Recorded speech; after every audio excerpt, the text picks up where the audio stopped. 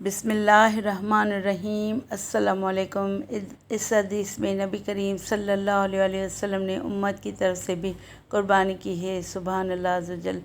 ام المومنین سیدہ عائشہ صدیقہ رضی اللہ تعالیٰ عنہا سے روایت ہے، رسول اللہ صلی اللہ علیہ وسلم نے حکم دیا ایک مینڈھا سینگ دار لانے کا جو چلتا ہو سیاہی میں اور بیٹھتا ہو سیاہی میں اور دیکھتا ہو سیاہی میں، یعنی پاؤں اور پیٹ اور آنکھوں کے گرد سیاہ ہو۔ پھر لایا گیا ایک ایسا مینڈھا قربانی کے لیے۔ آپ صلی اللہ علیہ وسلم نے فرمایا، اے عائشہ چھری لا۔ پھر فرمایا تیز کر لے۔ اس کو پتھر سے میں نے تیز کر دی۔ پھر آپ صلی اللہ علیہ وسلم نے چھری لی اور مینڈھے کو پکڑا، اس کو لٹایا، پھر اس کو ذبح کیا۔ پھر فرمایا بسم اللہ، یا اللہ قبول کر، محمد صلی اللہ علیہ وسلم کی طرف سے اور محمد صلی اللہ علیہ وسلم کی آل کی طرف سے اور محمد صلی اللہ علیہ وسلم کی امت کی طرف سے۔ پھر قربانی کی اس کی۔